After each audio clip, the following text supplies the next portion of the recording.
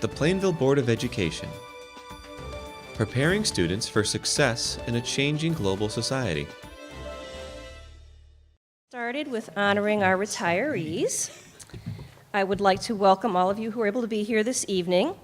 It is our distinct privilege to honor your dedicated service to Plainville Community Schools.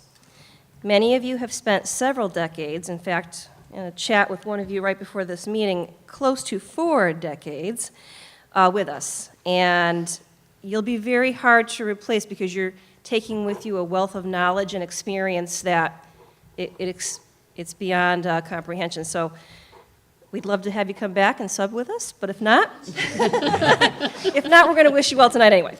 I would now like to invite up Andrew Batchelder to honor our Wheeler retirees, or might be one. Thanks, Dr. Brummett. Good evening, everybody. Good evening, Board of Ed members, guests. I have this T-shirt here first. I want to present to Dr. Brummett. This morning was funny because usually when teachers retire, they hand in 3 things: their keys, their badge, and their laptop. But early this morning, I hear somebody fumbling around the office, and I go out there, and the person leaves, and I look on the counter, and there's a shirt that says, "Clean and Pressed, Reggie." She did not want to see next year's teacher not have the same shirt as everybody else, which I think speaks to her thoughtfulness. So here, Dr. B. Many of them have been pressed. She pressed it, too. Wow, they smell. That smells very good. Thank you. So thank you, Ms. McConaughey. It's truly an honor and privilege to be given the opportunity to share some thoughts and sentiments about our 3 fine educators retiring from Wheeler and Plainville Community Schools. I'll begin with Mrs. McConaughey. During your 23-year career in Plainville, you obviously developed a very strong credibility as a top-notch educator and professional. You were one of the original teachers trained in Plainville to lead family math nights, which you, Phil Sanders, and Alicia Adorado together have made blossom into family math and science nights, and now STEM nights.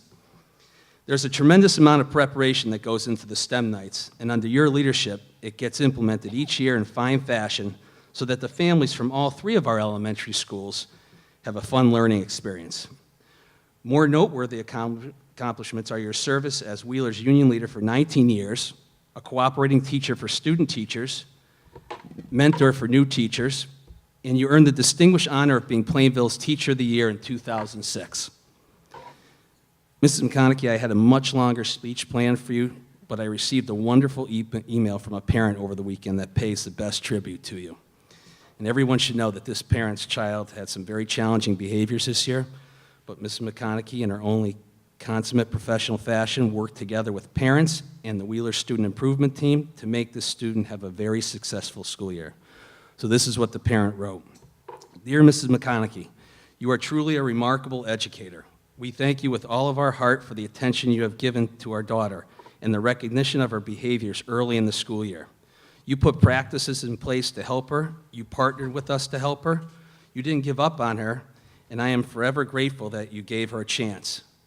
I'm sure you have touched the lives of many students over the years, and I know for a fact there are many parents sad to see you retire. We are very lucky to have had the opportunity for you to educate our daughter. You will be a teacher that we will never forget. Thank you so much. And that was from the parent. I thought that was really nice. Mrs. McConaughey, on behalf of Wheeler and Plainville Community Schools, thank you for the personal and professional wisdom you have shared with me and all of us over the course of your 23-year teaching career. Thank you for the 110% dedication and commitment to not only your classroom, but to the entire Wheeler school community.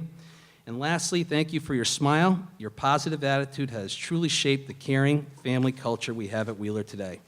We wish you and your family the very best in your retirement. Thank you.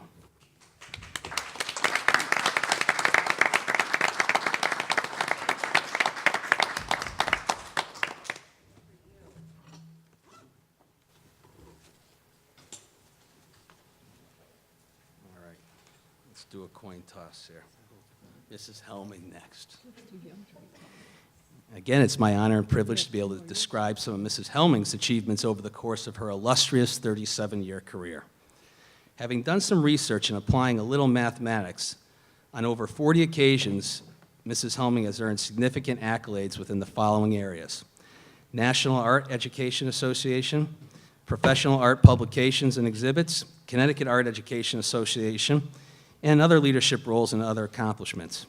Included in these accolades were highly distinguished honors such as Plainville's Teacher of the Year in 1996, Outstanding Art Educator of the Year in 2006, and Connecticut Association of Schools Exemplary Program Award.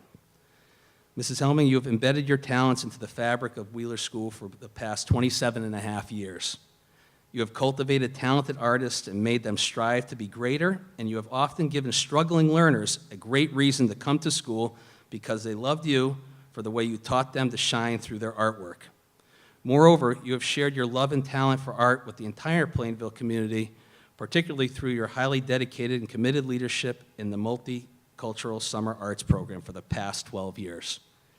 On behalf of the entire Wheeler School community, thank you for all you've done for Wheeler School and Plainville as a whole, and we wish you and your family the very best in retirement. Thank you.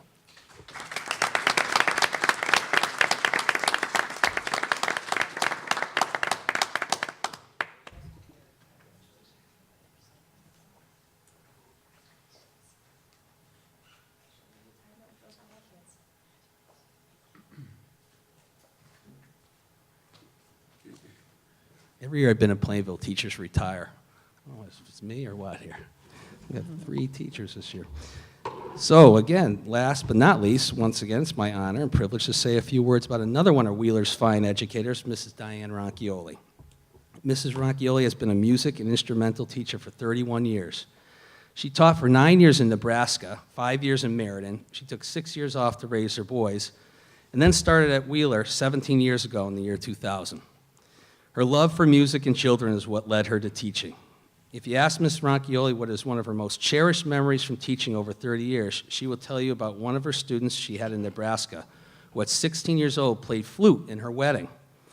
Mrs. Ronchioli remains connected with this special student through cards and letters to this day. One other fond memory Ms. Ronchioli has is a town-wide choral concert about 6 years ago when Wheeler's chorus performed and received a standing ovation amid shouts of praise. It was the talk of the town.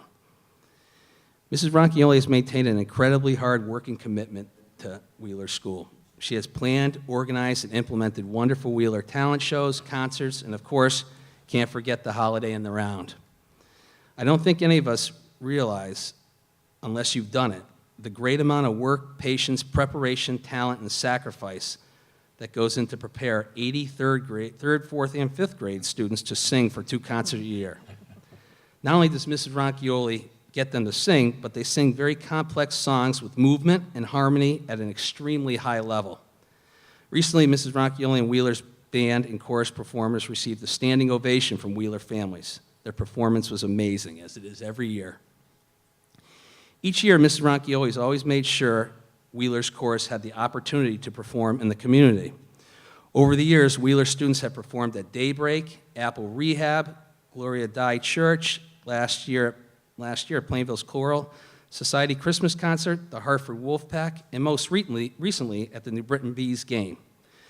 Mrs. Ronchioli has gone the extra mile to create these experiences for our students and families that will never, ever be forgotten. On behalf of Wheeler and Plainville Community Schools, thank you, Mrs. R., for your unyielding dedication to Wheeler students, families, and Plainville as a whole. You have spread your musical talents on all of us and certainly played a key role in making Plainville as strong as it is in the area of musical arts. We wish you and your family the very best in retirement. Thank you.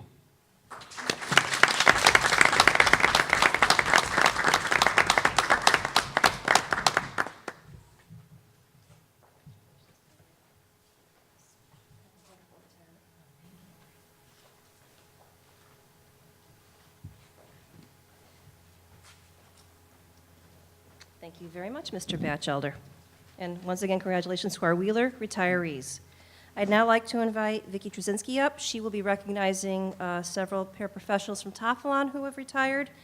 And the board might remember that we have already recognized Kathy Latender at an earlier Board of Ed meeting because she's already left Plainville to go on to a happy retirement. Vicki. Good evening. Today I'd like to honor 2 wonderful, hardworking paraprofessionals who worked in our district for over 20 years. The first is Tina Cinchetti. Tina worked first as a special education teacher starting in 1982 until the mid-90s, where she joined the staff at the Middle School of Plainville as the grade 8 paraprofessional, and there she participated in that 8th grade program for over 20 years here in our district. She was an amazing partner to Carol Von Aken, who was our 8th grade resource teacher. She had a real passion for teaching reading and teaching study skills, helping kids to participate in the general ed curriculum. She was an expert at note-taking, was one of the first ones when we got our Chromebooks and things to be able to help kids with their technology. She had a quiet competence and really ensured that all students understood their content and demonstrated their skills. She did retire in the fall this year, and we wish her luck. The other person I am pleased to honor this evening is Carol Moneymaker. Carol Moneymaker also worked in a number of schools, but primarily at the elementary level for, again, 20 years. And then 3 years ago, we asked her to help us to transition a young lady from one of our elementary schools into the middle school, where, again, she helped to make that child a very independent part of that school program. And she is now, I believe, caring for her husband at home. And so she also retired in the fall. Carol had, again, a wonderful, kind, and nurturing style to herself. She made every child feel very special and wonderful and productive. And so we're very glad that they were part of the district and thank them for their service.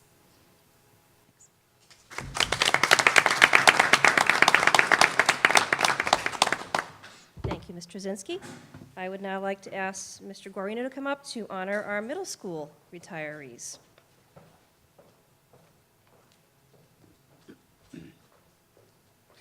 Thank you, Dr. Brummett. I have the very great honor to speak, however briefly, on behalf of Jody Muldoon and Gary Wachelhausen. Together, these two have given 61 years of devotion to the children of Plainville. I, too, was blessed to have had both of these wonderful people as teachers of my own children.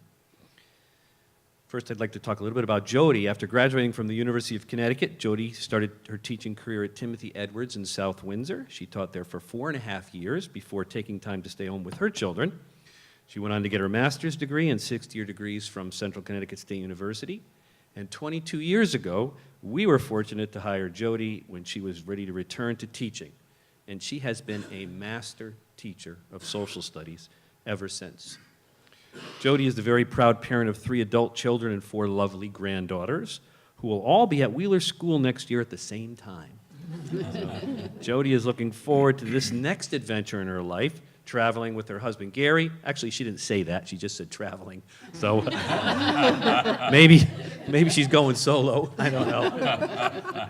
She is also looking forward to babysitting her granddaughters and helping out her own parents and to, quote, just be able to do what I want to do when I want to do it.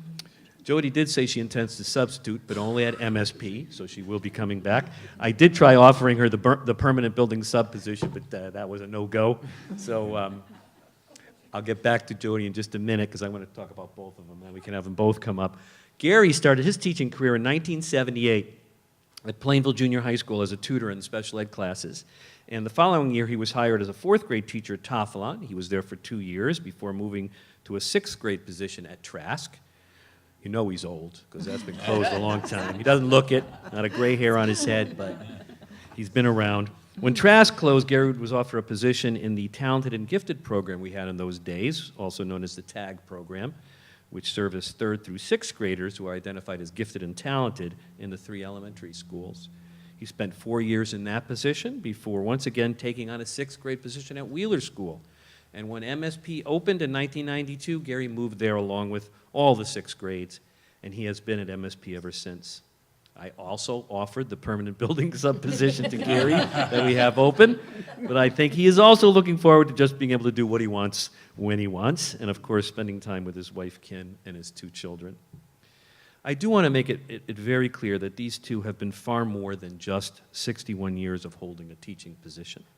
They have been master teachers, dedicated colleagues, mentors to their fellow teachers, and good people. Plainville has been so very fortunate to have been the place that these 2 decided to devote their professional lives. here in this community. They will be sorely missed. I wish them both many years of happiness and fulfillment in this next phase of their lives. And on behalf of the Plainville Board of Education, all of us in this community, thank you very much.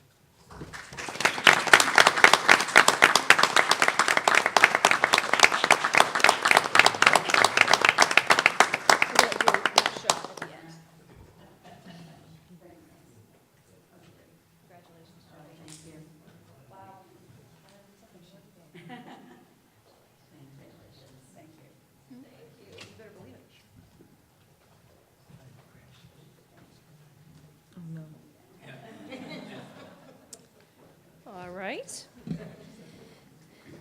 I just wanted to acknowledge one of our Plainville High School retirees. Her name is Mary Jobs.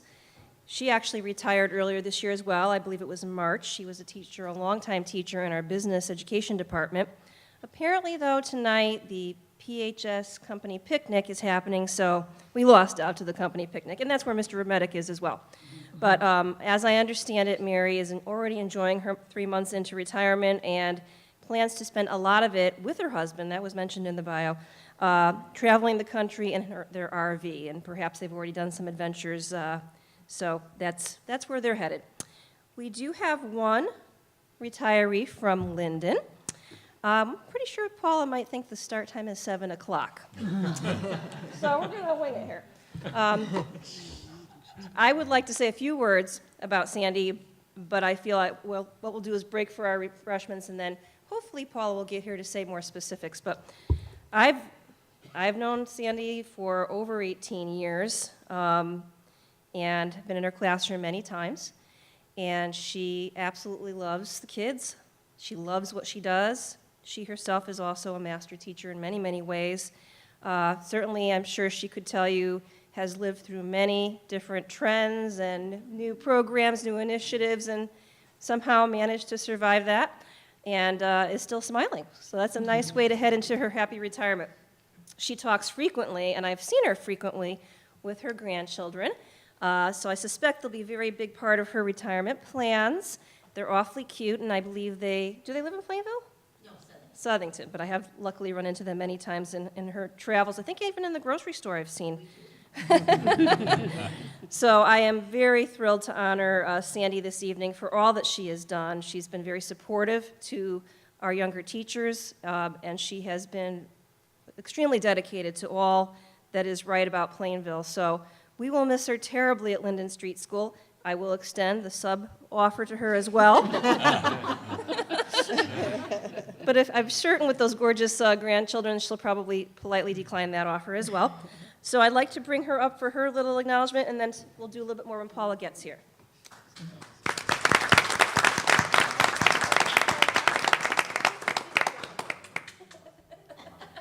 Thank you. Thank you. And I will be around. So I'd love to invite everyone to enjoy some refreshments over here, and then we'll reconvene when Principal Eshu gets here. All right, we're going to get started. Good evening, everyone. First thing, we're going to say the Pledge of Allegiance. Ms. Palmieri, can you lead us? I pledge allegiance to the flag of the United States of America and to the republic for which it stands, one nation, under God, indivisible, with liberty and justice for all.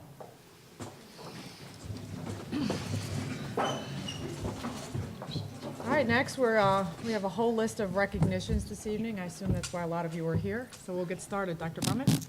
Yes, I would like to invite Maria Colangelo to the podium. As she told me earlier today, this is the end of her reign as Teacher of the Year. Her colleagues are giving her a hard time about that. But nevertheless, she is here to say a few words and introduce our Teacher of the Year for 2017-18, Maria Colangelo.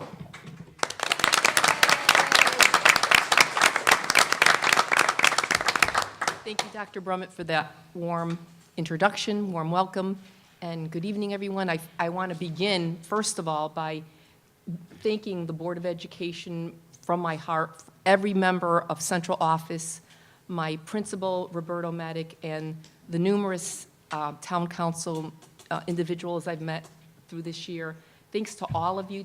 You've really made me feel so appreciated. You've supported me, all of you, with every idea I had. You know, to have a vocation that brings me so much joy, to be recognized for that is absolutely the icing on the cake. So I thank you for making this year just a very special one for me. And as Dr. Brummett said, my lovely colleagues at Plainville High School for an entire month have been whispering in my ear, "Your reign is over." That's exactly, that is exactly what they've been saying to me. I work with a wonderful, wonderful group of individuals here at Plainville High School, where we laugh together, we cry together, we're a family.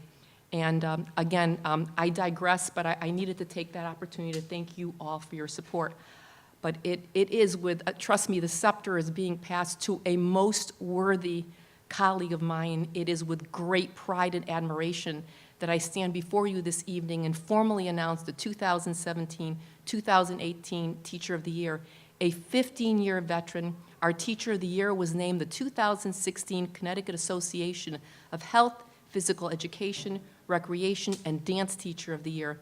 Her commitment to our children goes far beyond the confines of the four walls of her classroom. She is team trained, and she is responsible for developing a school wellness initiative and jump rope for Heart Day. This year alone, she and her students helped raise $400 for the American Heart Association. Her commitment as a unified sports coach is truly inspiring. Ladies and gentlemen, it is an honor and a privilege to present to you Plainville's 2017-2018 Teacher of the Year, Melissa Patterson.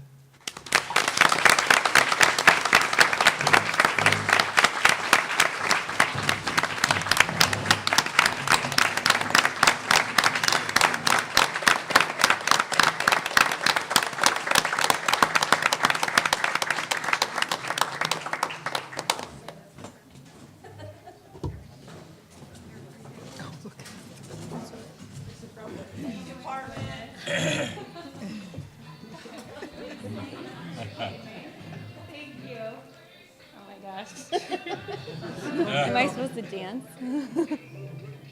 Thank you, everybody. Thank you for that nice introduction, Ms. Colangelo. I'm honored to follow in your footsteps. I can't describe the emotions I felt when I found out I was chosen as the Plainville Teacher of the Year. It was the combination of shock, disbelief, nervousness, excitement, and an overwhelming sense of pride. I asked myself, am I dreaming? Is this okay that I'm getting recognized for doing what I truly love every day? I'm honored to stand up here. I am honored to be a teacher in such a supportive district. I tell the Linden students regularly that I'm lucky to be their physical education teacher.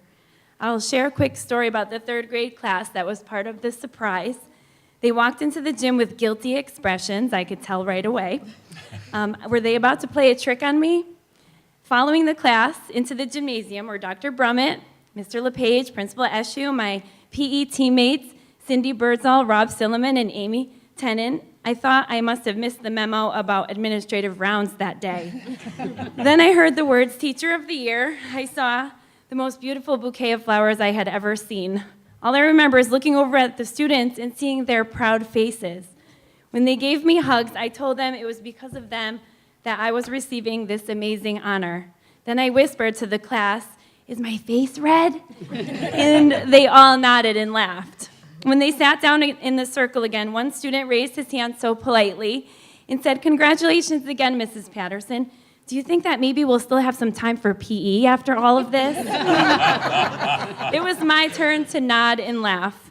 My job is to inspire these children to be the best they can. They inspire me every day to do the same. I'm in a profession that's challenging, heartbreaking at times, and has provided some of the most rewarding experiences of my life. I would like to thank the Teacher of the Year Committee for deeming me worthy to represent Plainville. I would like to thank the Board of Education members for all you do for our students and teachers. Thank you, Dr. Brummett and Principal Eshu, for your constant support. Thank you to my Linden colleagues and my physical education teammates, balloons and all. I'm surrounded by exemplary teachers who go above and beyond on a regular basis. It's humbling to stand up here knowing that. It really is. Thank you to my family. My in-laws are here, Donald and Patty Patterson, my sister Andrea, my brother and sister-in-law, Nick and Jill Mullins. Thanks to my parents, Brian and Donna Mullins, who have always pushed me to do my best. The students can attest to the fact that I always talk about the importance of doing your best no matter what. I learned it from my parents, I practice it, and I preach it every day to my students. Thank you to my husband, Matt, and my 3 daughters, Kate, Kara, and Alexandra. I wouldn't be up here without your love and support. I've had so many people reach out to me in the last week to offer kind words. I'm so appreciative. I will do my best to make all of you proud. Thank you.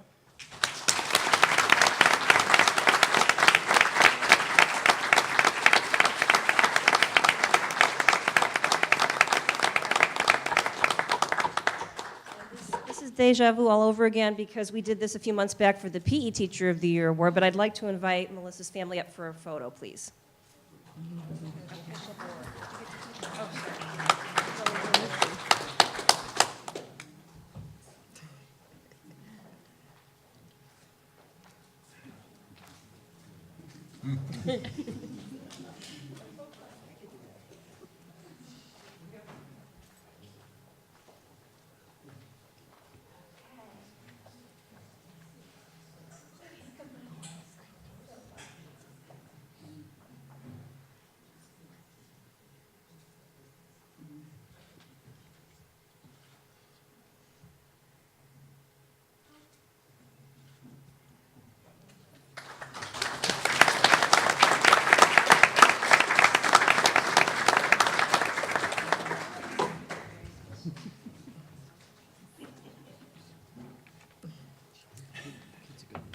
Those are for you for sure.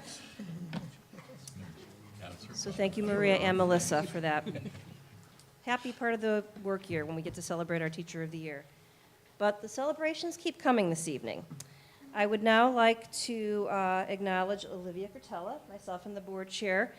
We are very proud of you. As many of you already know, Olivia is headed to the United States Air Force Academy in Colorado Springs, Colorado. This is a very prestigious appointment. You know, it's only a select few that make it to this academy every year. And we thank you also for your upcoming service to our country.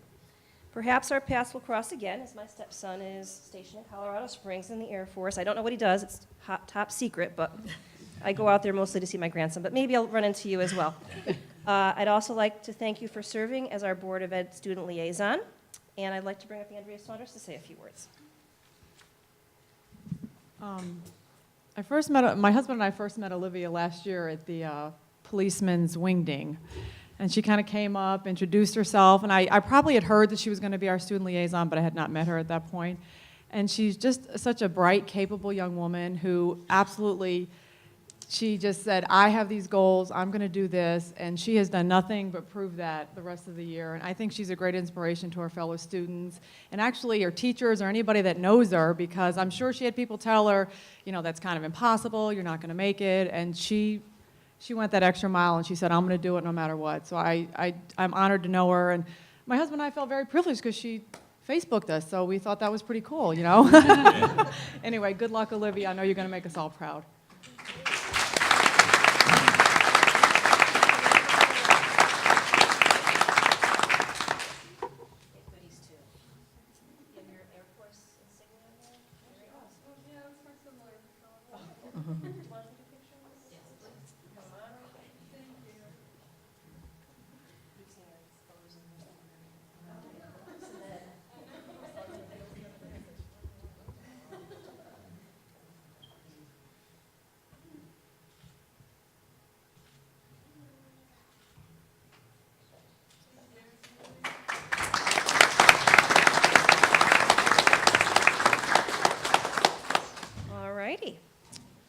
I'd now like to continue with my Everyday Hero Awards that we've been doing for about half this year. I do want to say publicly that I do have numerous nominations, so many that I've already got our September board meeting planned.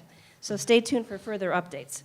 But I would like to ask Chef Alice Sage to come up along with Sherry and Robert Ryan. And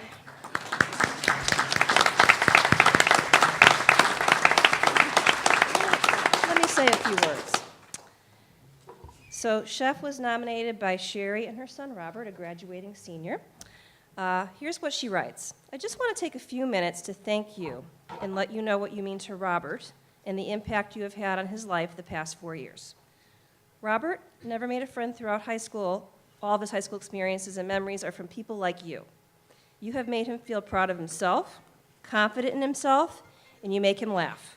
As a mom, I cannot tell you how grateful I am for people like you in the world. You have treated my son with respect and believed he could do things that some others thought he couldn't. But mostly, you have made him happy and made his high school years so much better and just added so much to his life. Your name is always in our house. His little sisters know who Chef is. When he plays basketball, he looks for you. Robert does not truly bond with many people, and he rarely even looks up to someone. He looks up to you and has truly formed a bond with you. This letter can never express what I want to, and no words can ever say thank you enough for what you have done for my son. I hope you know the real difference you've made in my children's lives and in children's lives. His life is better from knowing you, and I am positive he will never forget you. From my heart, I thank you, Sherry Ryan.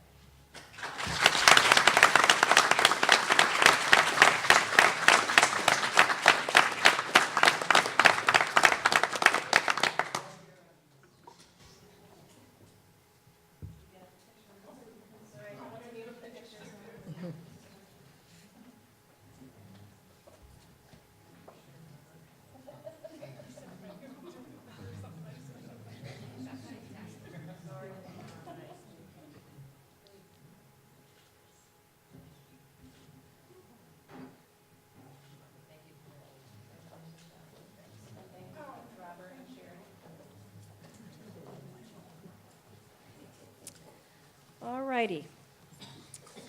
Well, my next presentation is extraordinarily special because this is the first student that has been nominated for the Everyday Hero Award. So I would like to invite up Lexi Charbonneau and her mom and her family, if they'd like to join us, as well as Carol Von Aken and Steve Lesueur, who nominated her, and a special friend who, when he heard about it, had asked to say a few words as well. That's Justin Misluck. So if they could all come up to the podium.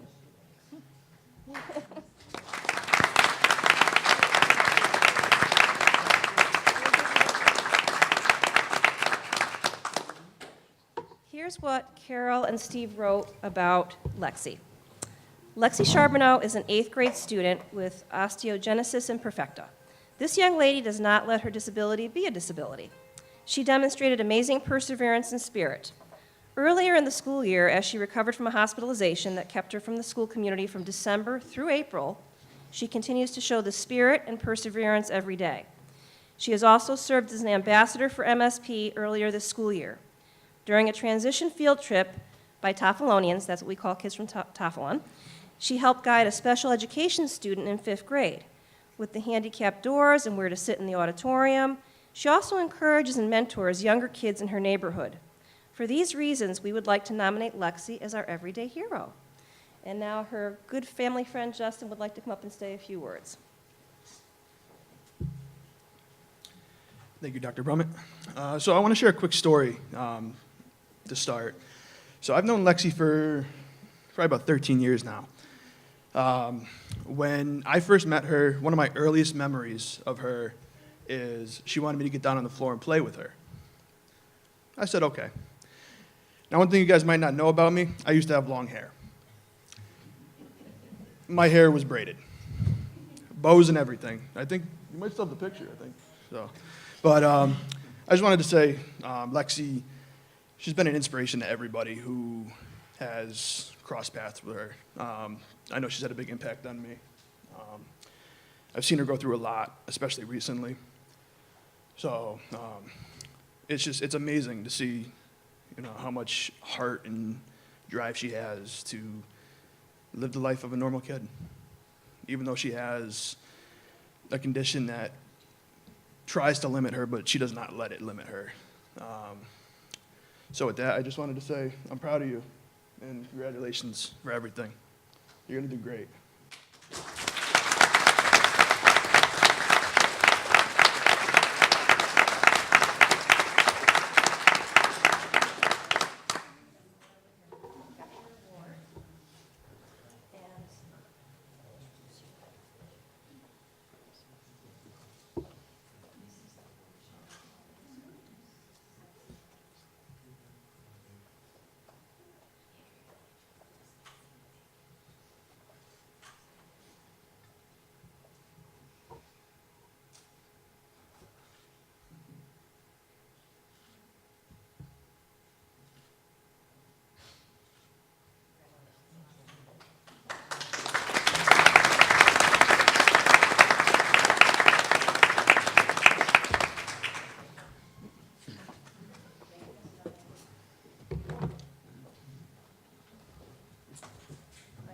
that concludes our special presentations for this evening. Okay, as always, you guys are absolutely welcome to stay for the business portion of our meeting, but feel free, if you want to exit now, you're not going to offend us, so. And there's a wrap.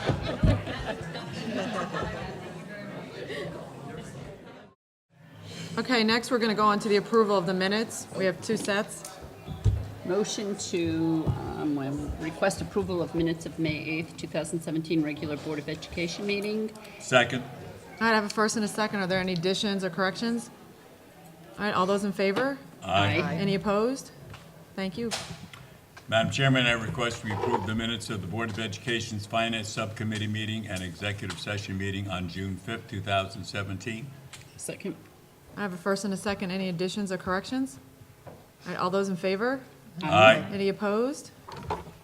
Thank you. All right, next we are up to the citizens' comments portion. If you'd like to speak to the Board of Education, just step up to the podium and state your name and address. Good night, Maria. Good night, Maria.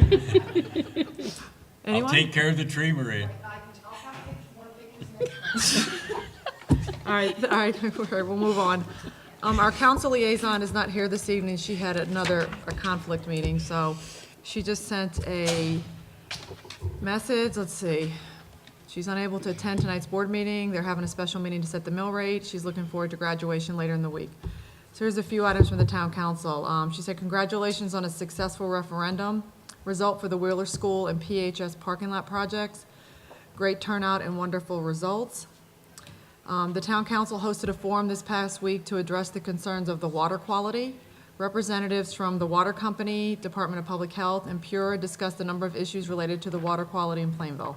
The attendees had many questions and comments. There'll be another follow-up forum in about 6 months or so to learn about potential solutions for the hardness of the water. And then she just says that tonight the council will set the mill rate for the fiscal year 2017-2018. Best wishes for a safe and happy summer, Kathy Puglisi. Next, we have the superintendent's report. Dr. Brummett? Thank you very much. I'd like to invite Tawana Graham-Douglas and Rosa Perez to the podium to provide us with an update about our summer programming as well as any curriculum activities that will be happening. Thank you. Good evening, ladies.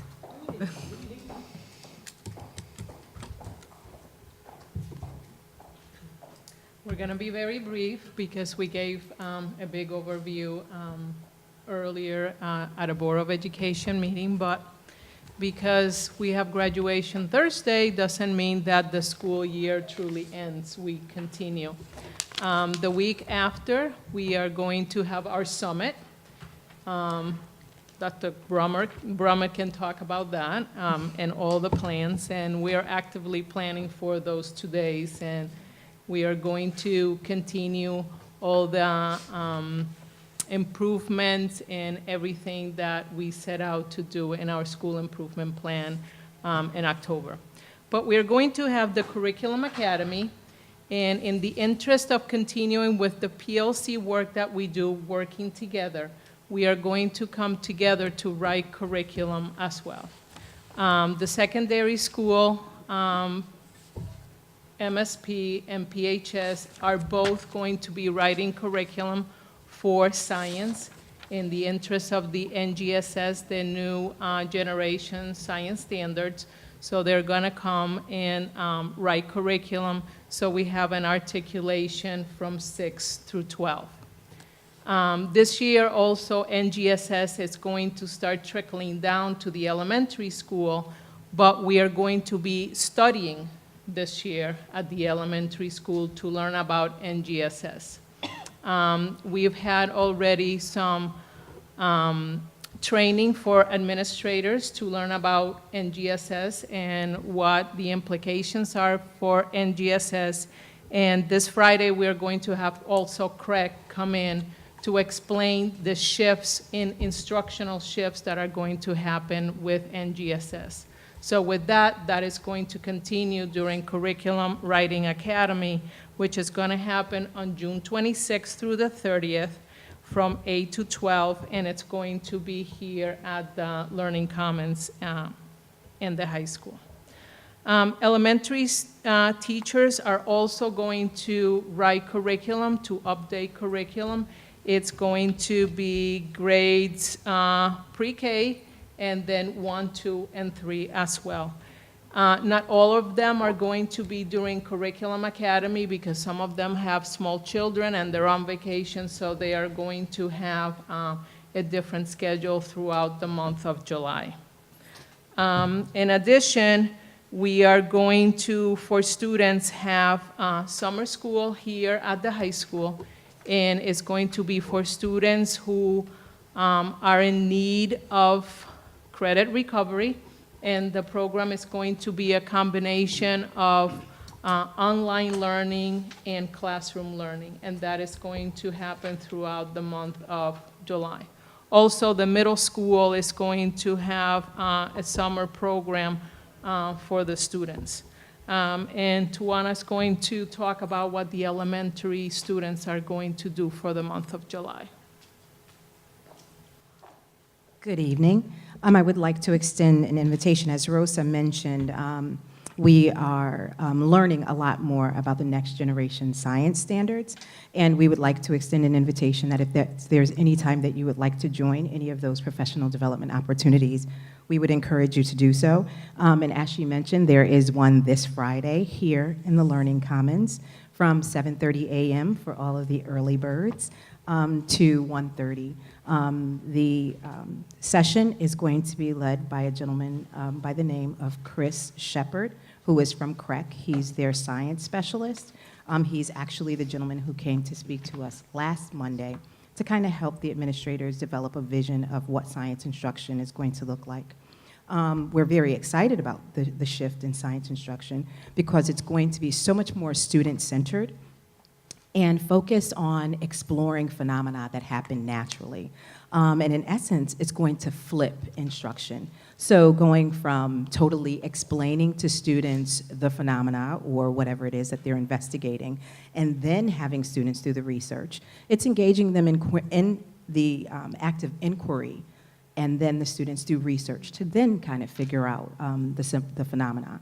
I have to admit, the professional development sessions that I've gone to have been very exciting and rather invigorating. I think it's bringing some of those things that we talk about are missing from all types of instruction, and specifically science and math instruction. So I invite you to attend that. So as Rosa mentioned, I'm just going to talk a little bit about the reading and math program.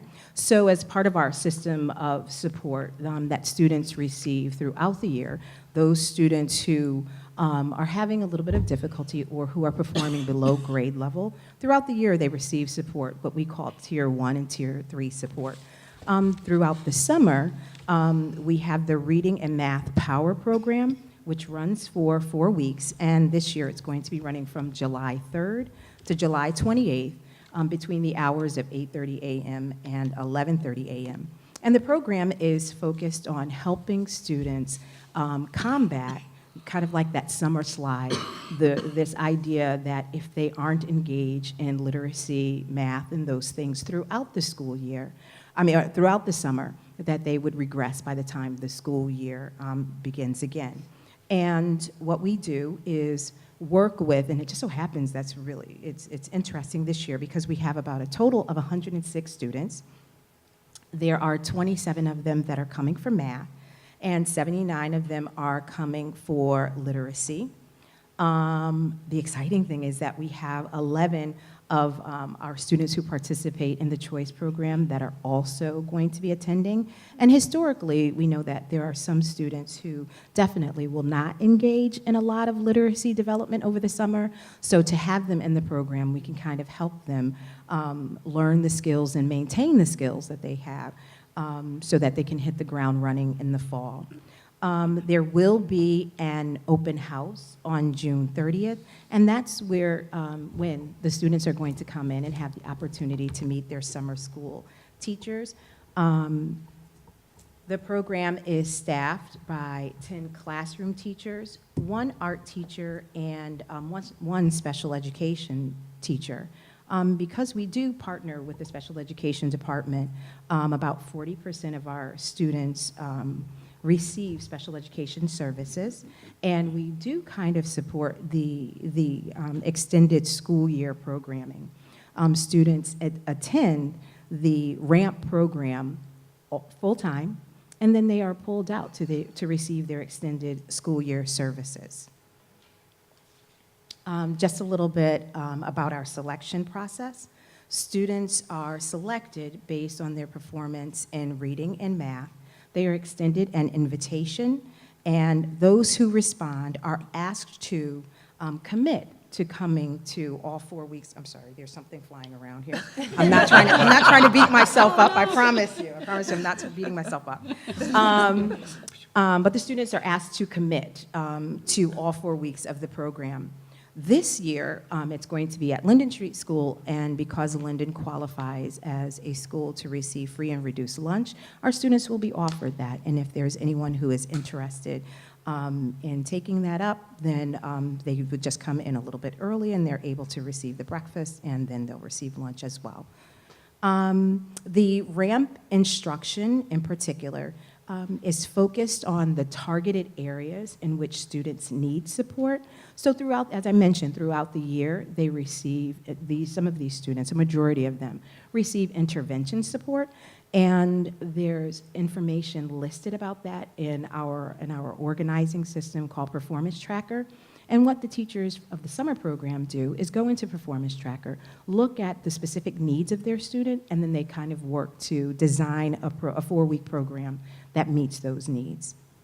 Our end of the program celebration, which some of you, like Mr. White, have attended, is the art show that happens at the end of the program. This year, it's going to happen on Thursday, July 27th. We invite you to please come. In the past, Lynn Davis has helped us tremendously by putting the word out. There's usually some representatives from the media there. A couple of years we've had Channel 3 come, and that's been really very exciting, especially when the students see a camera. You know, everyone tries to ham it up. But it's really good because the art portion of the program is to kind of help students see that there's an integration between literacy and math and actual art. And it's one of those things that kind of gets kids to want to come to school during the summer. So that's exciting as well. So again, we extend an invitation to you to attend that. And if there are any questions, please feel free to ask. Anybody have any questions? Just wondering, I know that, I'm assuming that we're providing transportation for our Hartford students. How about in town? Are we doing that Yes, for the summer program? transportation from the program. So in the morning, the parents drop their student off, Yeah. and then we provide transportation from the program. And we also partner with the YMCA, who provides a huge discount to some of our students and our families that need after-program care. That's great. The other thing I would just mention is it just so happened that Nicole had her journal over here, a Cape Journal. There's actually what board members need to know about Connecticut's Next Generation Accountability System. On page 9, you probably all have gotten this, and I'm sure read it cover to cover. You're all looking at me like I'm crazy. But anyway, I knew it was in there. So that's actually a really good resource as well. So. That was the report card. You remember the big report card? So now we're just waiting for the results so we can just do a comparison of last year's and this year. We're happy to say that SAT results are back and we're up on English and math as well. Awesome. I have brochures of the summer program here at the high school, so I'll leave them with you so you can see the courses, but it's a combination of in-class and online course through Edgenuity. Thank you. Thank you, Ms. So Perez. thank you, and have a great summer. I just want to add one more comment. We also offer an advanced Algebra 2 course at the high school. It's taught by Mr. Rankin. It allows students who are, for a variety of reasons, either they really enjoy math and they just want to have more of it in the summer, or they want to get a leg up so that they can take other courses in subsequent years, either advanced math courses or other AP or ECE courses. So we have offered that for many years, and this year we'll continue that. And I don't think Ms. Graham Douglas mentioned her summer plans. She will be starting her doctoral program at CCSU, so say goodbye to her in the month of July. She will be in boot camp for academia. But we're proud of her for getting to the program, and soon she'll be Dr. Tawana Graham Douglas. Excellent. Well, good luck. Congratulations. Yeah, that's wonderful. All right, I will continue my report at the podium. I want to give the board a little update about school climate and survey results.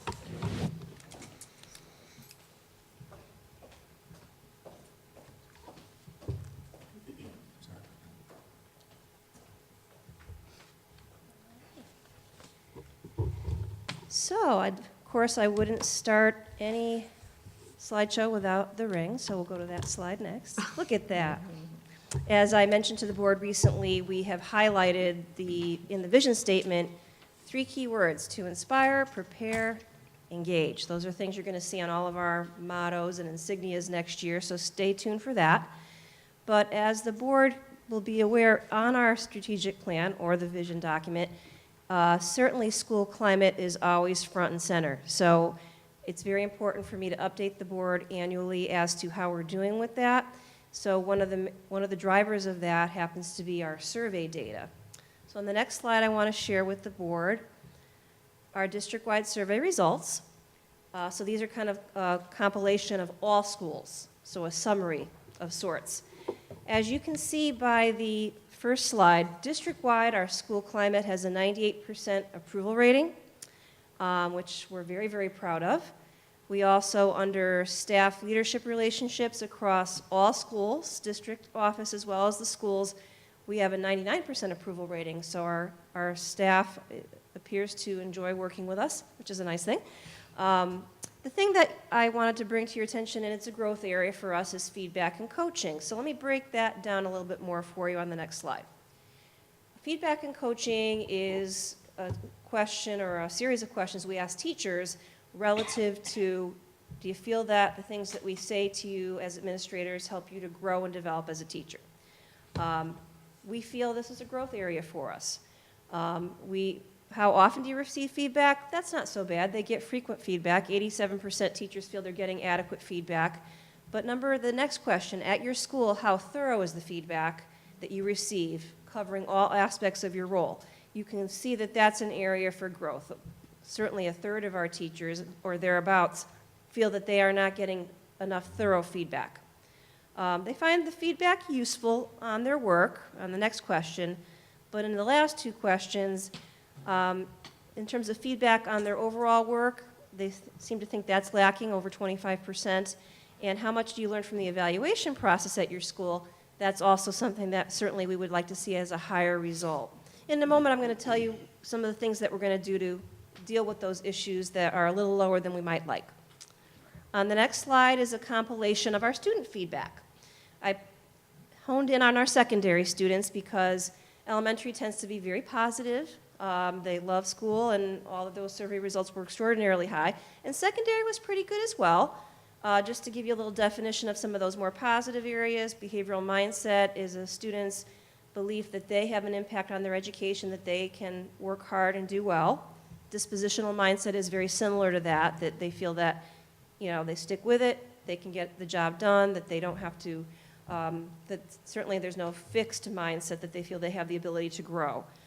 Grit and determination are also a highly rated area. I want to draw your attention to school belonging.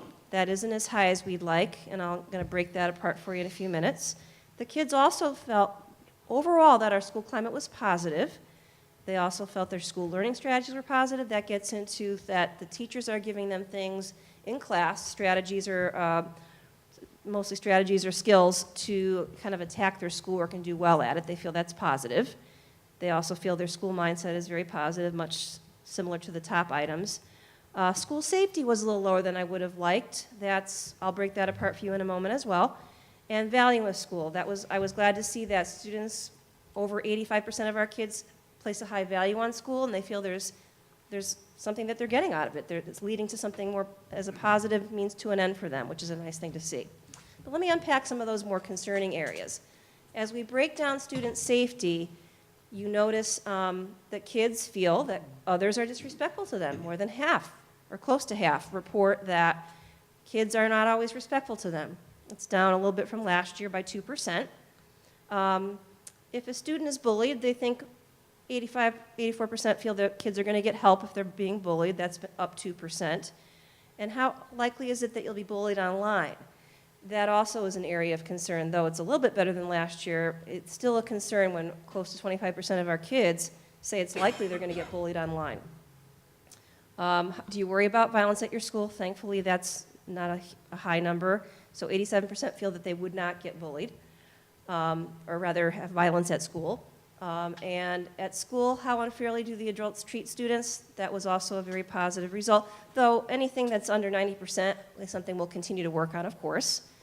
Let me go to the next item about school belonging, another very important thing. Both these items speak to, do you feel safe at school and that you're part of a bigger group, and that really also helps students to do better at school, so that's why we think these are important things to measure. How connected do you feel to adults? About 77% of our kids feel connected, but that means close to 25 don't. How much do students respect, how much respect do students in your school show you? Again, similar to that other item, that's still a growth area. And overall, how much do you feel like you belong at your school? About 82% feel like they belong. A good result, but we can do better than that. So where does this all take us? On the next slide, Mr. LePage has worked diligently for a good half of the school year to revise our teacher evaluation plan with a large committee of dedicated teachers and administrators. Those survey results were similar last year, so we knew this year we had to do something about it. Mr. LePage has basically finished working with the committee, and we hope that some of the work of that committee and the redesign of the evaluation plan will allow teachers to feel they're getting more meaningful feedback. Some of the things that we're looking at are having teachers who are very skilled and masterful be mentors to other teachers who are newer, and I think that'll go a long way because teachers, I think, value the feedback from their colleagues. I know some schools are also looking at some videotape options where if you videotape yourself teaching and let your colleagues look at that and learn from that, that can be another way to grow and learn. And there's also a lot of other modifications to the plan that I'm going to have Mr. LePage bring to the Board of Ed in the fall when it's ready for official unveiling, but I do think it will get at some of those concerns by teachers about not having enough feedback. Some of the other concerns that were raised by our surveys is I think we need to do ongoing and frequent internet safety training.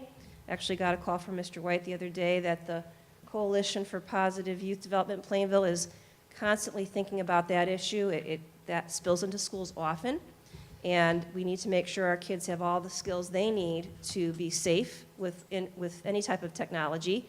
Similarly, we want to work with our parents to give them the training on how it's imperative to supervise students online and what you can look for if a child is spending too much time online. So those are all things that we're going to do in an even more purposeful way next year to ensure our kids' safety and obviously get at that potential online bullying issue, which I've talked to all the principals. They say it does happen and it comes into school and they have to unpack it and deal with it and try to make the kids feel safe again. We are developing a program for at-risk students at the middle and high school. That's still under construction, but I do think that will help with some of those children who feel they're not belonging to the school environment because perhaps they need a different approach. Perhaps they're not connected in a way that makes education meaningful to them. So we hope that program, which is still in the construction phase, address some of those children. So we'll update the board as to the progress of that program. As we've said in other meetings, we are, certainly our strategic planning meeting, that we need to make sure we have culturally responsive teaching practices. And I think that may help some of our children feel that they belong more at school. And we want to make sure that we address all of our learners, no matter what their cultural background is or any differences they may have. I think it's very important for us to be cognizant of that. We've got a task force already going on that. They've had a lot of training already. We've done some surveys, and we're prepared to roll out some training in the fall. And we'll keep you posted on that. And finally, Mr. LePage has worked with our building safe school climate liaisons, and every school has one. And each year they update and revise their plans, which speak to a lot of these issues at the school level about how we're going to make sure our kids are in a positive environment, that we have a really good system for dealing with kids who are having behavior issues, and there's a lot of positive feedback for kids who are behaving appropriately. So those are all ongoing efforts that will continue, but I believe I just wanted to make sure the board had a good understanding of the survey results and specifically how that impacted school climate. But overall, I think we point out tonight the areas of growth. As a whole, our surveys were extraordinarily positive at the school level and at the district level, so we're real proud of that. I think we're of the mindset, though, that there's always a need for continuous improvement, so that is our next level of work. I'd love to hear any questions that the board might have with regard to that. Any questions? So the survey results, the survey questions, I guess I should say, are they still the same, Maureen? Has there been any revision? Because I think we've been using this same survey process. We are using the same company. We've revised them over the years. If you see for some of the questions that I showed tonight, if there's an arrow next to it with an up or a down, that means a similar or the same question was used the previous year, so we can measure growth. But some of the other items like grit and dispositional mindset and school mindsets, we've added those over the years to align with some of the things that we've been working on. So those things we add from year to year. Now next year, with Mr. LePage's input, we might want to look at some slightly different questions about teacher evaluation, so we see if the efforts that the team made this year heading into next year have any impact. And we'll probably obviously continue some questions about bullying and online issues so that we're, making sure that we're heading in the right direction. Because we kind of thought we were doing some pretty proactive work on online safety, but then in hindsight we thought, you know what, we did a lot of that when the Chromebooks first came out. Now we've got to kind of go back and do some retraining, and then with third graders getting them next year, it's another different audience. So we've got putting our thinking caps on about how to go about that. Thank you. Anyone else? Wonderful. Thank you, That Dr. Berman. concludes my report.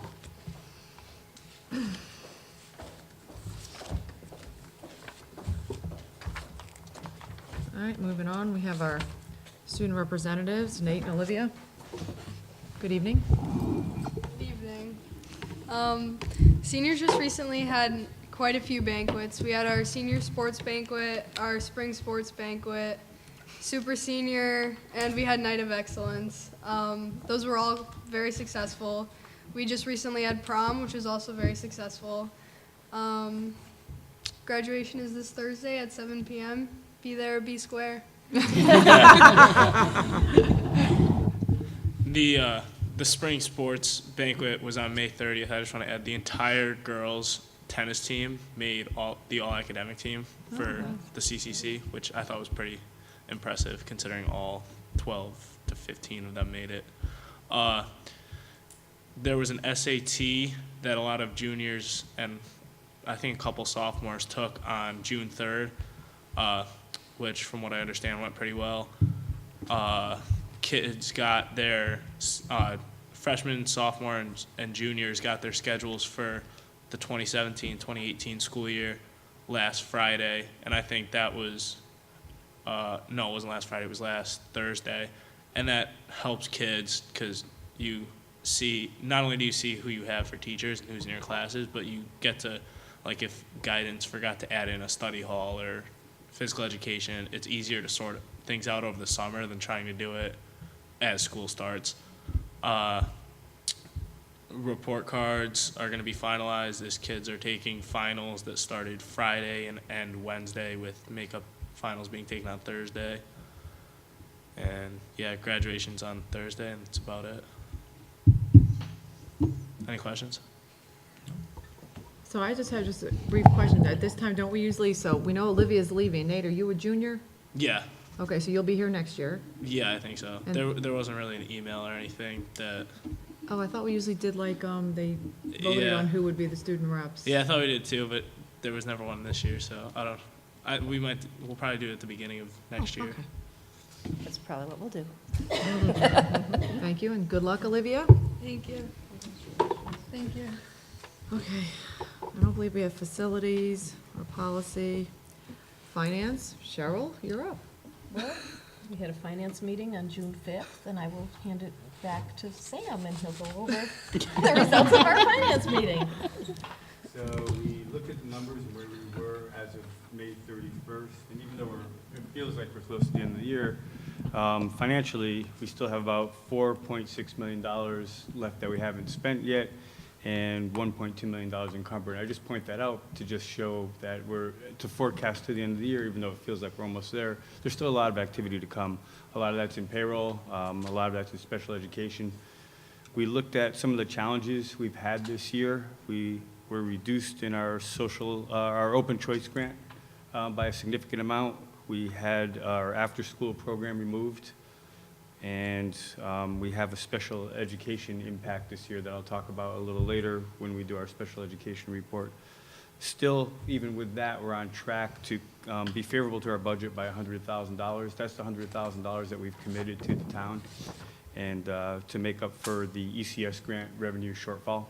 And so we're on track to finish $100,000 below budget.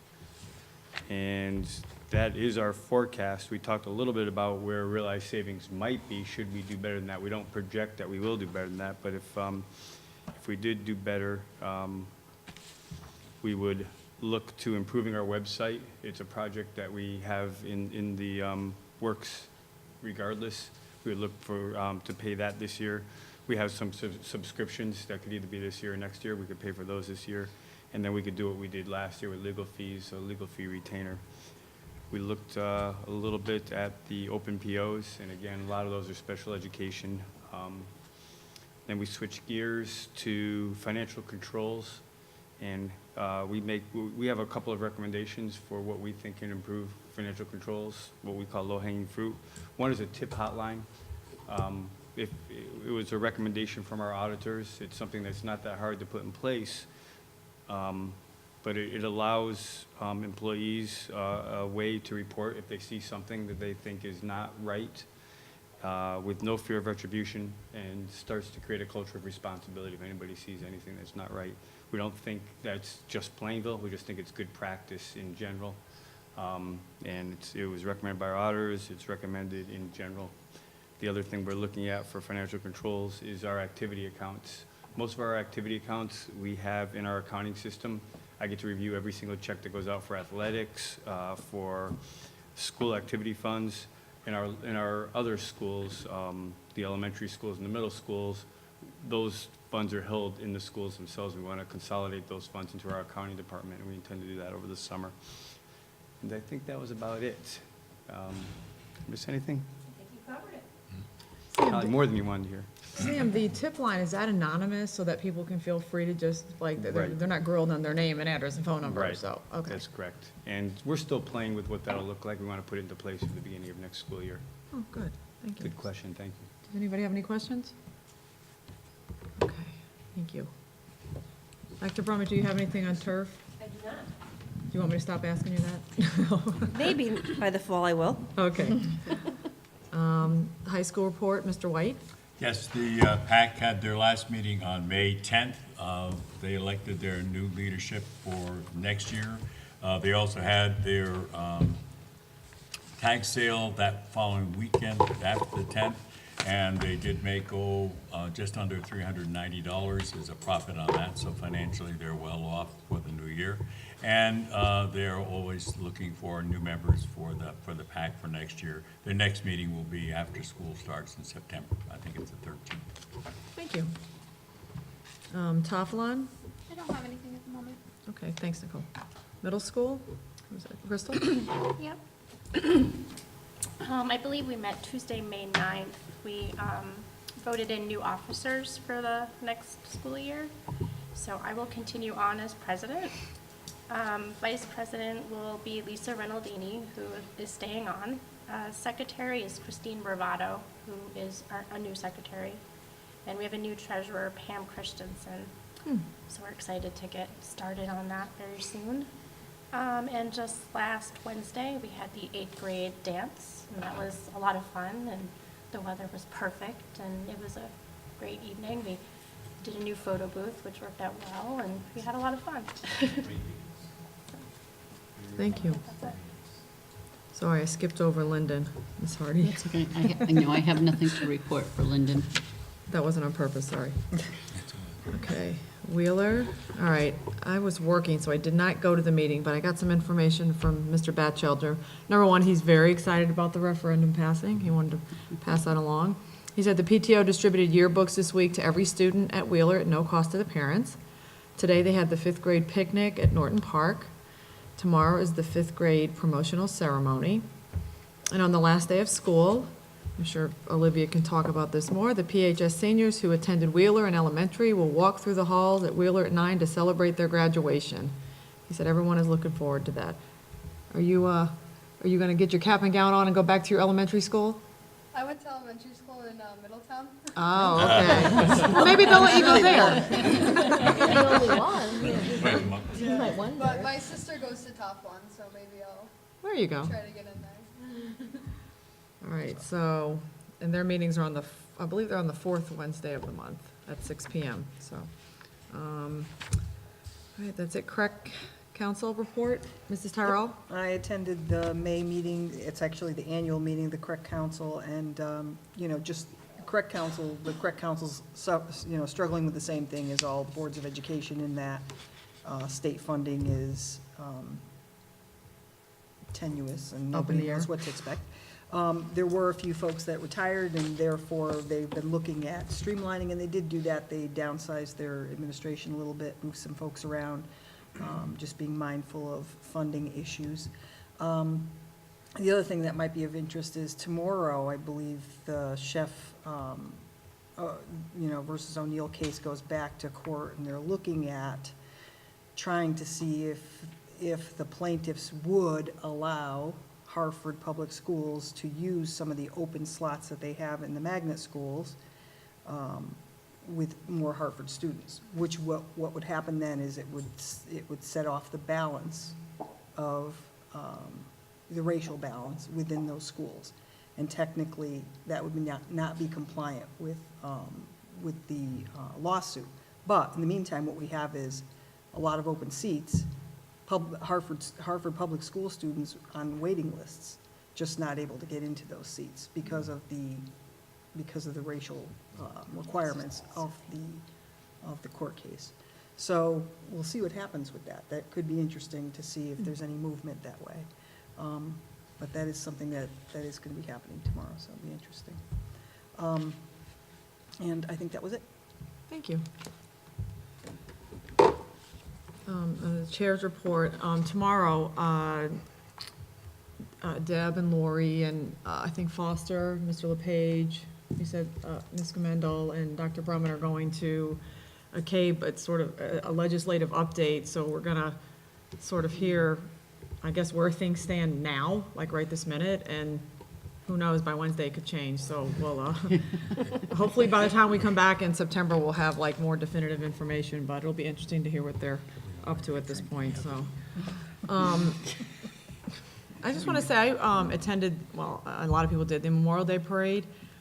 And it's not so much that I want to talk about the parade, but I just want to say I appreciate that the middle school band and the high school band showed up, even though there was threat of weather the entire morning. And I know that that's a big deal with their instruments. They don't like to get them wet. So I really do appreciate it, because a parade without, like, music is just a bunch of people walking. I mean, I just really think it really does make it. So I really do appreciate that the band showed up. We also had Jalen Thigpen is a middle schooler, and he's past couple years has been playing the trumpet. He did a very good job, although I feel really bad because I guess his trumpet broke right in the middle, so he couldn't really finish and had to send it off to the next kid. But he always comes, he's got a great attitude, and he does a good job. And then we had two former students, Eddie Lee and Sarah Fabrizio, that one of them sang the national anthem, one of them sang America the Beautiful. And anybody that didn't go this particular parade because of the whole Gold Star theme, it was such a great day. I looked over at somebody that was standing next to me. I said, I am so proud to be in Plainville on this day, because it was such a nice ceremony. And the kids that came were, I mean, the singers were wonderful, and it was a really good day. So I just wanted to say I appreciate all the students for their work. And lastly, I just want to thank, everybody knows the Wheeler referendum passed. It passed 1016 yes votes to 236 no votes. I just want to say a special thanks I have never, I mean, I haven't, this is really my first one that I've been cognizant of, but that Wheeler Parents Group, they did their job. They went out and they promoted it, and on election day, they were standing not in the street, close to the street, with all their signs, with their kids, asking people to vote, and it was amazing. And it was funny, because we went in to go get the vote right at like a few minutes for 8, and they were all like standing outside the window, and they started screaming, hollering when they knew that it had passed. I mean, they did a great job, and they did exactly what needed to be done. Because we can all sit up here and tell them to vote, and I think it really was the parents telling their friends, go out and vote for our school, that really did the job. So thank you. I see Becky's out in the audience, so thank you very much. And that's all I have. I hope everybody has a nice summer. Even you, Tawana, I hope you have a good summer, even though you're going to be educating yourself most of the summer, but.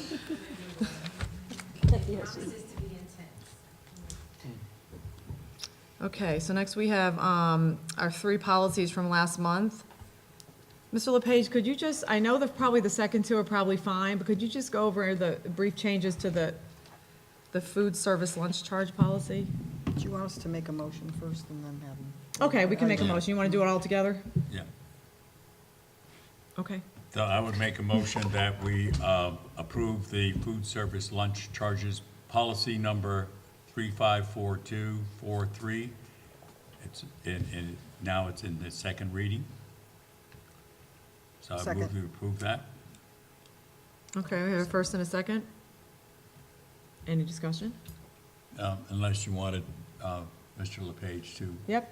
highlight, because some of that has been brought up, and there's been some bad press from other school districts throughout the country where this has created an issue.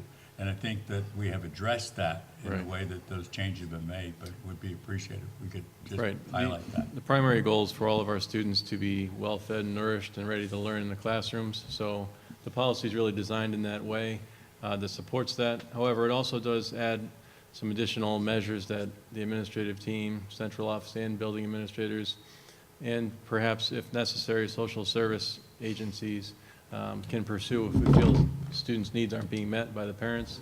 We also put many supports in place as to helping them with, if it's a free and reduced lunch application process that they just need help with, or some support.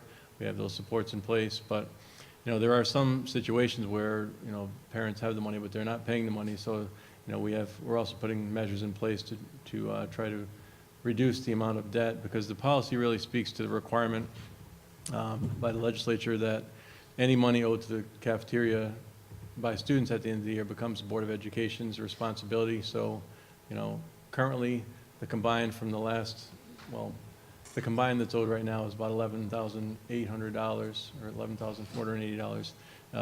So it's a lot of money, and some of that money, I understand there are situations, but the policy is designed to minimize the amount of money that's owed, and while making sure that our kids in the classrooms are well-fed and nourished and ready to learn. So I just added a couple more. Since the first reading, I did add, and it was sent out to all of you in bolded blue, just some stronger language around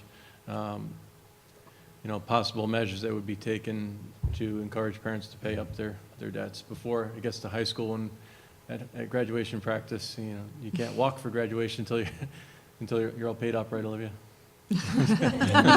So you can't walk at graduation unless all your debts are paid, but we don't want to wait and carry that debt for all those years. So there are some small measures put in place to help encourage parents to pay for those dues.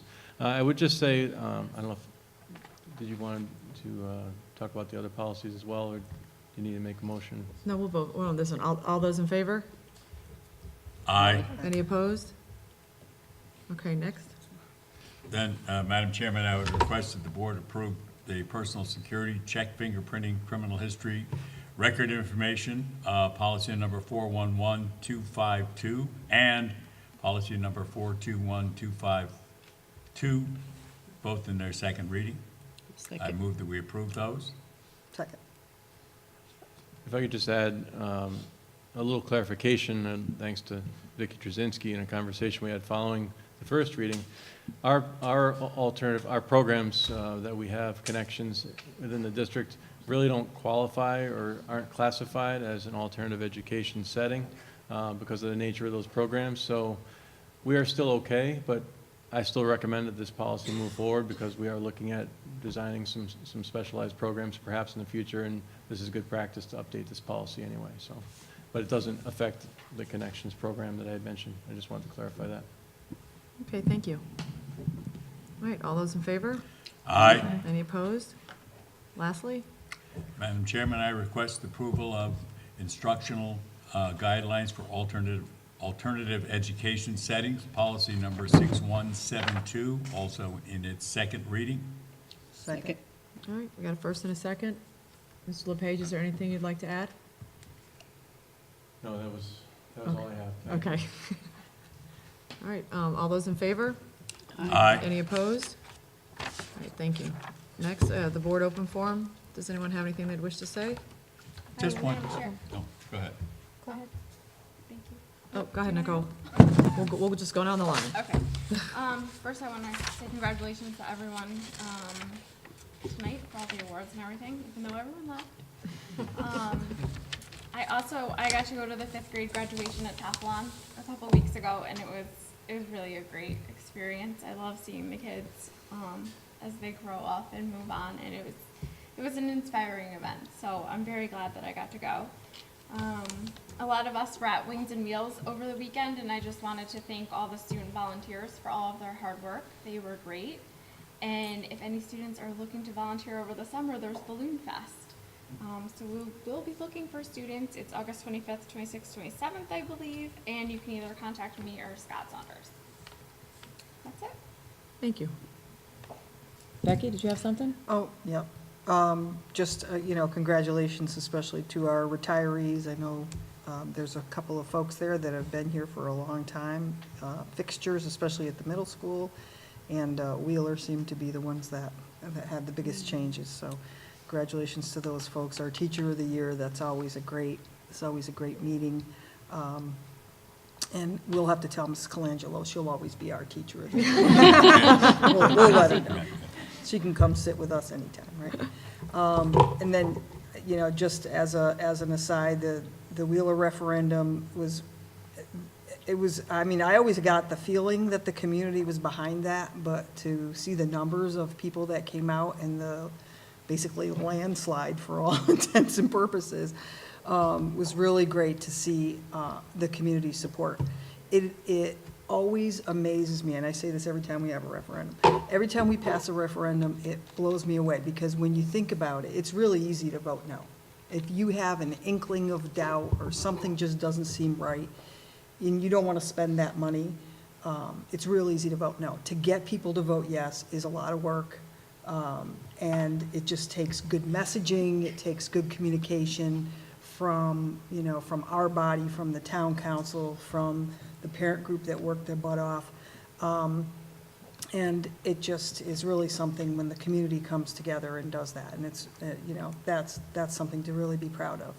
So I'd like to thank those folks and thank everybody for coming out and supporting the project. Is the right thing to do. And what was my last thing? I thought I had something, but I forgot it. So Well, wait, before we move on, Mr. Batchelder was telling me, he was telling Deb and I a little while ago that where he lives in Farmington, it's the high school, and it is absolutely the other way around. He said he's never seen so many no signs all over I've the, seen so one yes that's sign. sort of like a kind of a referendum going bad, I guess. So that's not really going the way that the community wants. And, I've been through it before. Sometimes you've got to fail before you learn about what you should do. One of our first referendums was a huge failure, and in our mind, we made a good pitch. We thought it was a good idea, and when it failed, we said, well, obviously, we're not thinking like the rest of the community, so we better go back and see what the community's thinking, which is what we did, developed a long-range plan, and from here on out, we've been doing things that make sense, and people have pretty much supported it and bought into it, and, that's what it takes. So, I don't know if that's where they are, but sometimes failing isn't, just like in life, failing isn't always the worst thing that can happen, because you can learn stuff. Well, the difference here, though, is from what I understand, because I have a friend in Farmington was telling me a couple weeks ago, their taxes are going up a lot. So our town was able, like Dr. Brumit's been saying, they've been able to just put it into the debt. It's not going to increase the taxes as far as the debt's concerned, and that is not the case in Farmington. So we should, you know, it was really a town effort, and so everybody should be proud of that. I would just like to extend my profound thanks to those teachers and educators that are retiring this year. They have given so much to the school district, as well as the parent teachers at Wheeler.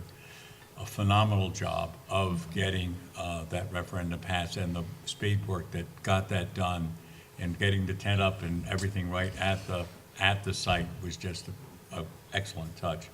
Finally, I was really personally pleased when I was at the Britain Breeze game Saturday night, and that the Taflon singers were actually singing the national anthem, and that was great. But what really was the icing on the cake were the people sitting around me commenting how wonderful those kids singing was to them, and that really touched home, and I think it's something the district has really got to be proud of. We have some really good arts teachers in our district. Real quick. Thank you. Was that a pun? You said it touched home, but it was at a baseball. Yeah, caught me. Yeah, caught me. No, it was not an intended pun, but Still impressive. Thank you for the credit. Yeah, go ahead, Cheryl. To echo Foster and Becky and everyone, a huge thank you and best wishes to all of the retirees. That's a lot of years in Plainville and a lot of support for our kids. Personal thank you to Gary W. and Jody, who both helped my kids when they were in those middle school years, and they were both influential. And I had the chance to read in Reggie's class a couple of years ago for reading day, and maybe this year. Time goes fast. But congratulations to everybody, and a huge thank you for everything you've done for Plainville kids. Anyone else? I remembered what I forgot. Oh, go ahead. No, you So, already did. Doesn't get any better. I know, right, see. I had a child who graduated from CCSU in May, and there was also another student graduating from CCSU. His name is Chris Marinelli. Chris graduated from Plainville High School 4 years ago as well, and he, you know, I don't know how many kids graduate from CCSU. It's a lot of kids. A lot. Right, it's a big group. Like, we're at the Civic Center, Excel Center, whatever they call it now, up in Hartford. The place is packed. And they talked about 2 or 3 students that they felt were exceptional. And Chris Marinelli was considered one of their exceptional students because he's been very active in the political aspect of CCSUs and student government and everything. And one of the things that Chris talked about, they read something that he wrote, they crafted it together, and they sang the praises, basically, that is a pun, of Jeff Blanchett as a teacher who really made a big difference in his life. And Jeff was there, because I think Chris made sure he was invited. But I'm sitting in this audience with all these people thinking, wow, how great does it get, you know? So that was really something where, you know, Plainville and in particular Plainville High School and Jeff Blanchett received a nice pat on the back, and I just thought we should all be aware that Thank you. occurred. So I was glad that I was there as well. There was actually an article in the newspaper that I can forward to the board that features that story. It's excellent. Yeah. Nice, thank you. All right, I think the names have switched with special ed. Is that really Sam, not you, Dr. Brummett? It is Sam. Yeah, we already mentioned that. We were talking about our finance committee meeting. We told you last time we reported on special ed, we forecasted to be unfavorable to budget by about $100,000 due to all the dynamics that happen in special education. That turns out to be closer to $190,000 unfavorable to budget, and so we're managing that in the ways I told you earlier. The excess cost grant came in at $767,000. It's more than we had budgeted, less than we had expected, given the number of special ed, the special ed costs. And it's just special education is still in flux. We have $456,000 of expenditures remaining, so even though we're still close to the end of the year, still winding it out. Questions, comments? Thank you. Thanks. All right, Dr. Brummett, you want to, if you want to talk about the Wheeler specs before we vote on it? I'd be happy to. Thanks, we've already said thanks a million times, but I'll say it one more time. I couldn't be more excited. We might have had a positive premonition because the day after the referendum passed, we already had a meeting pre-scheduled with the architects. So we did, at that meeting, talk about the importance of what's called ED specifications. We have, with Mr. Alderstein's help, as well as our facilities and Kevin Ross, Mr. Bussell, drafted what's called ED specifications that outline all the work that we want to do at Wheeler specific to the educational program. And this is an integral part of our application for the grant, which is that reimbursement money that we talked so much about during the process. So that has been sent to you this evening for your approval, and essentially it's this required component of the application for the grant. It's a very lengthy application that Mr. Alderstein and I are working together with the architects to complete, but this is just one of the many steps involved. And as if you had a chance to read through it, it's meant to be fairly general because, you know, we don't necessarily know right now which type of monitors we're going to have on the walls or any specifics like that, but certainly the things that we talked about during the referendum are all mentioned in there with regard to classroom space and the connector from the two wings of the building and the relocation of the office space and the security measures. Those are specified, but in terms of specifics, is left open-ended to allow us a little more flexibility as we get deeper into the planning phases. So that's what's before you tonight. Thank you. Okay, can I get a motion? Motion to approve the ed specs for Wheeler School and PHS project. Second. All right, I have a first and a second. Any discussion? The ones for the PHS project are really short, by the way. Yeah, my wrong there. Specs on Because very little of that will be reimbursed by the state, so we gave them a quick paragraph to see what we could get from the state. So. All right, all those in favor? Aye. Any opposed? All right, I just need a motion for the consent agenda. Motion to approve the consent agenda. Second. All right, I have a first and a second. All those in favor? Aye. Any opposed?